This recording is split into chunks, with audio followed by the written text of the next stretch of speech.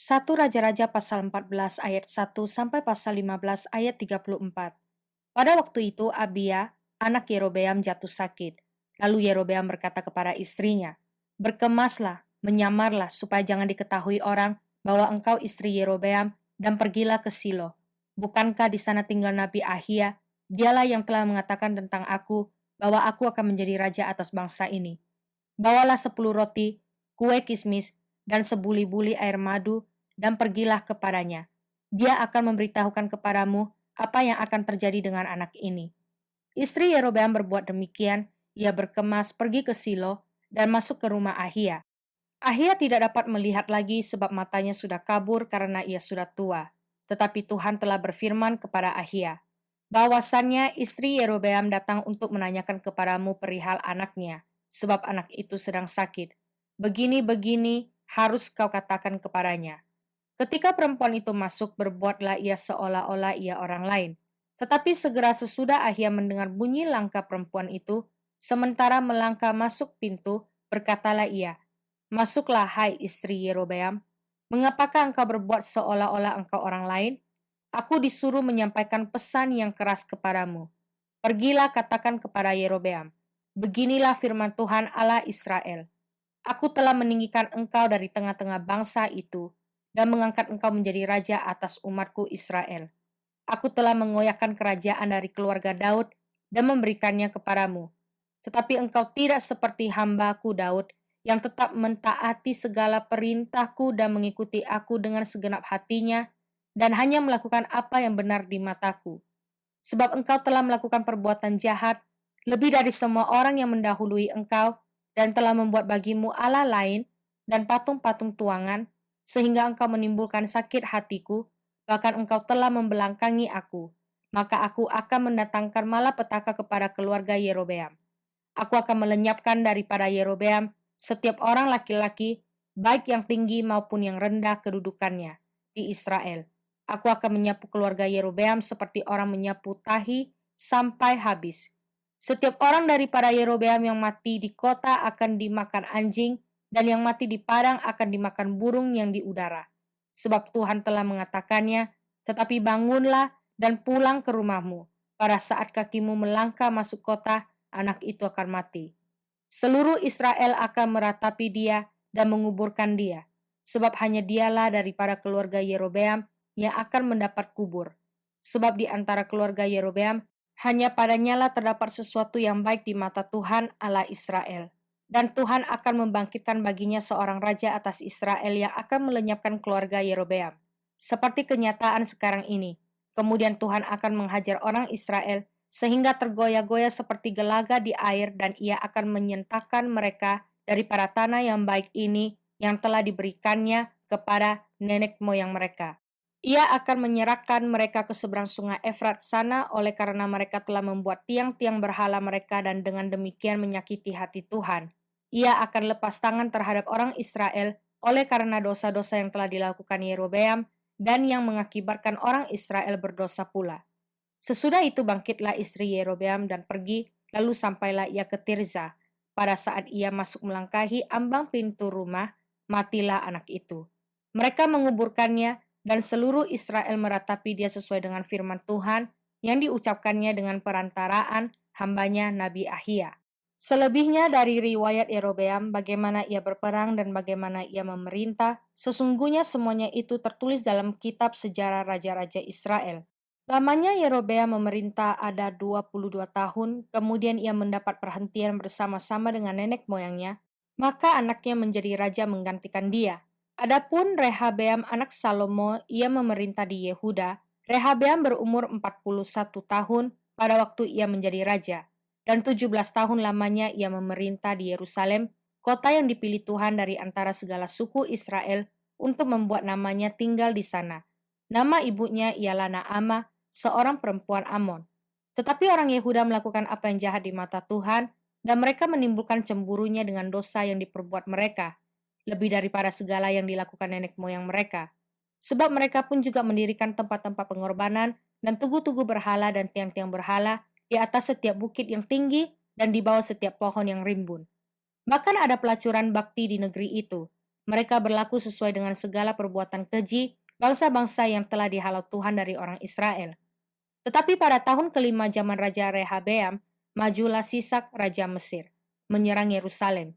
Ia merampas barang-barang perbendaharaan rumah Tuhan dan barang-barang perbendaharaan rumah raja. Semuanya dirampasnya. Ia merampas juga segala perisai emas yang dibuat Salomo. Sebagai gantinya Raja Rehabeam membuat perisai-perisai tembaga yang dipercayakannya kepada pemimpin-pemimpin bentara yang menjaga pintu istana raja.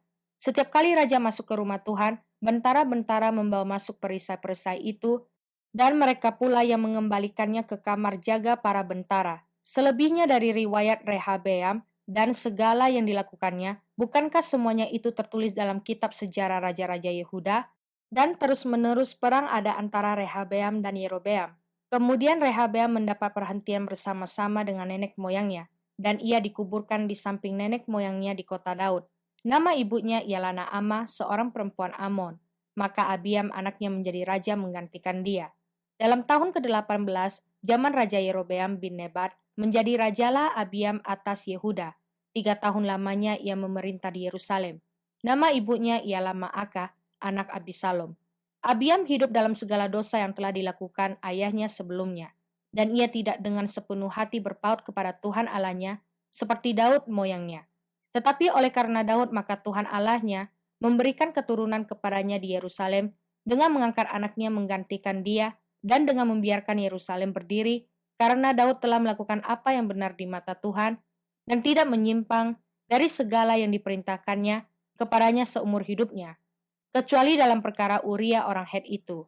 Dan ada perang antara Rehabeam dan Yerobeam seumur hidupnya. Selebihnya dari riwayat Abiam dan segala yang dilakukannya, bukankah semuanya itu tertulis dalam kitab sejarah raja-raja Yehuda? Dan ada perang antara Abiam dan Yerobeam. Kemudian Abiam mendapat perhentian bersama-sama dengan nenek moyangnya, dan ia dikuburkan di kota Daud, maka Asa anaknya menjadi raja menggantikan dia.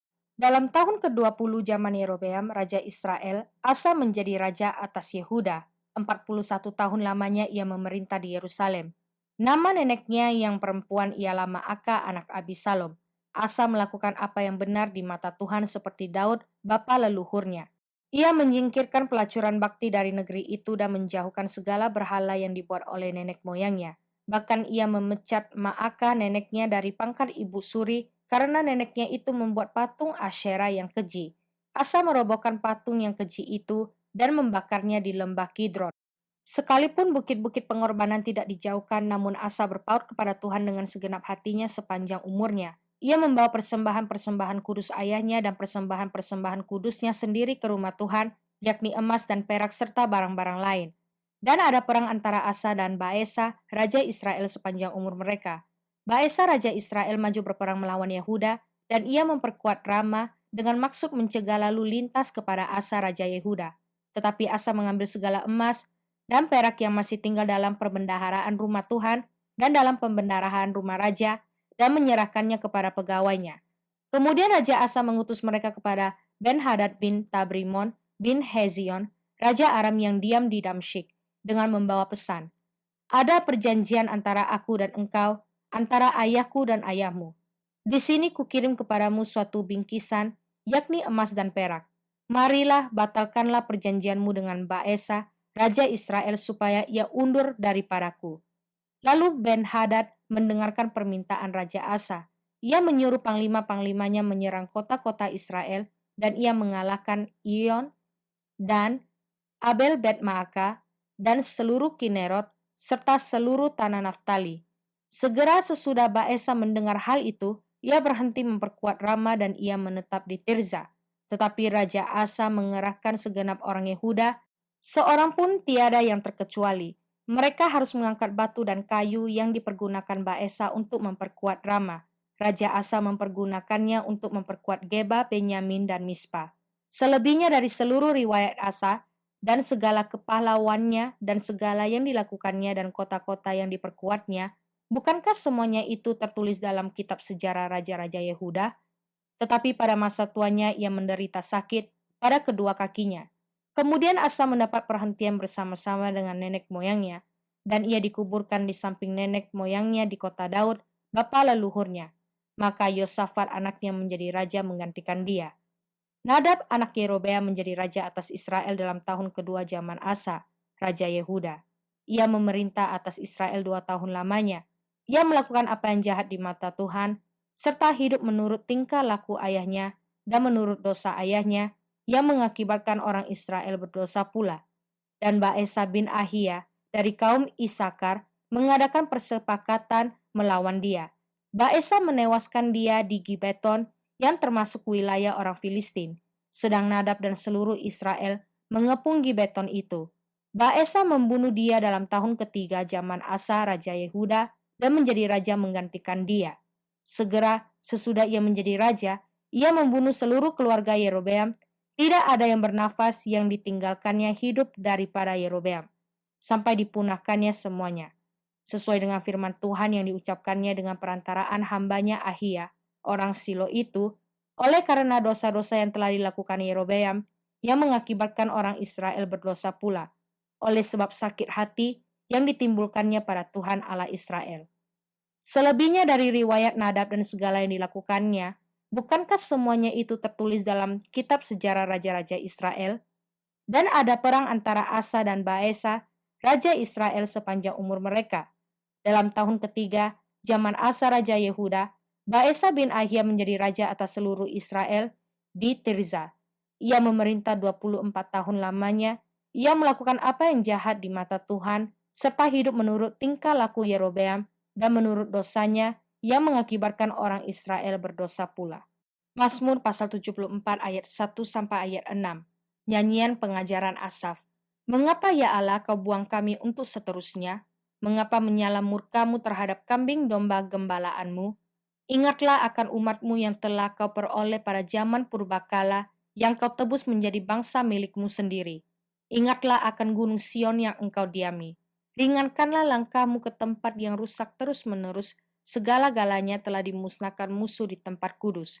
Lawan-lawanmu mengaum di tempat pertemuanmu, dan telah mendirikan panji-panji mereka sebagai tanda. Kelihatannya seperti orang mengayunkan tinggi-tinggi sebuah kapak kepada kayu-kayuan yang lebat. Dan sekarang ukir-ukirannya seluruhnya dipalu mereka dengan kapak dan beliung. Amsal pasal 16 ayat 5 sampai ayat 7. Setiap orang yang tinggi hati adalah kekejian bagi Tuhan, sungguh ia tidak akan luput dari hukuman. Dengan kasih dan kesetiaan, kesalahan diampuni, karena takut akan Tuhan orang menjauhi kejahatan. Jika Tuhan berkenan kepada jalan seseorang, maka musuh orang itu pun didamaikannya dengan dia. Yohanes pasal 20 ayat 1 sampai ayat 20. Pada hari pertama minggu itu, pagi-pagi benar ketika hari masih gelap, pergilah Maria Magdalena ke kubur itu, dan ia melihat bahwa batu telah diambil dari kubur. Ia berlari-lari mendapatkan Simon Petrus dan murid yang lain yang dikasihi Yesus, dan berkata kepada mereka, Tuhan telah diambil orang dari kuburnya, dan kami tidak tahu di mana ia diletakkan. Maka berangkatlah Petrus dan murid yang lain itu ke kubur. Keduanya berlari bersama-sama, tetapi murid yang lain itu berlari lebih cepat daripada Petrus, sehingga lebih dahulu sampai di kubur. Ia menjenguk ke dalam dan melihat kain kapan terletak di tanah. Akan tetapi ia tidak masuk ke dalam. Maka datanglah Simon Petrus juga menyusul dia dan masuk ke dalam kubur itu. Ia melihat kain kapan terletak di tanah, sedang kain peluh yang tadinya ada di kepala Yesus tidak terletak dekat kain kapan itu, tetapi agak di samping di tempat yang lain dan sudah tergulung. Maka masuklah juga murid yang lain yang lebih dahulu sampai di kubur itu, dan ia melihatnya dan percaya. Sebab selama itu mereka belum mengerti isi kitab suci yang mengatakan bahwa ia harus bangkit dari antara orang mati. Lalu pulanglah kedua murid itu ke rumah. Tetapi Maria berdiri dekat kubur itu dan menangis. Sambil menangis ia menjenguk ke dalam kubur itu, dan tampaklah olehnya dua orang malaikat berpakaian putih, yang seorang duduk di sebelah kepala dan yang lain di sebelah kaki di tempat mayat Yesus terbaring. Kata malaikat-malaikat itu kepadanya, Ibu, mengapa engkau menangis? Jawab Maria kepada mereka, Tuhanku telah diambil orang dan aku tidak tahu di mana ia diletakkan. Sesudah berkata demikian, ia menoleh ke belakang dan melihat Yesus berdiri di situ. Tetapi ia tidak tahu bahwa itu adalah Yesus. Kata Yesus kepadanya, Ibu, mengapa engkau menangis? Siapakah yang engkau cari? Maria menyangka orang itu adalah penunggu taman, lalu berkata kepadanya, "Tuan, jikalau Tuan yang mengambil dia, katakanlah kepadaku, di mana Tuan meletakkan dia, supaya aku dapat mengambilnya." Kata Yesus kepadanya, "Maria." Maria berpaling dan berkata kepadanya dalam bahasa Ibrani, "Rabuni," artinya guru. Kata Yesus kepadanya, "Janganlah engkau memegang aku, sebab aku belum pergi kepada Bapa, tetapi pergilah kepada saudara-saudaraku dan katakanlah kepada mereka bahwa sekarang aku akan pergi kepada Bapakku dan Bapamu, kepada Allahku dan Allahmu." Maria Magdalena pergi dan berkata kepada murid-murid, "Aku telah melihat Tuhan," dan juga bahwa Dia yang mengatakan hal-hal itu kepadanya. Ketika hari sudah malam pada hari pertama minggu itu, berkumpullah murid-murid Yesus di suatu tempat dengan pintu-pintu yang terkunci karena mereka takut kepada orang-orang Yahudi. Pada waktu itu datanglah Yesus dan berdiri di tengah-tengah mereka dan berkata, "Damai sejahtera bagi kamu." Dan sesudah berkata demikian, ia menunjukkan tangannya dan lambungnya kepada mereka. Murid-murid itu bersuka cita ketika mereka melihat Tuhan.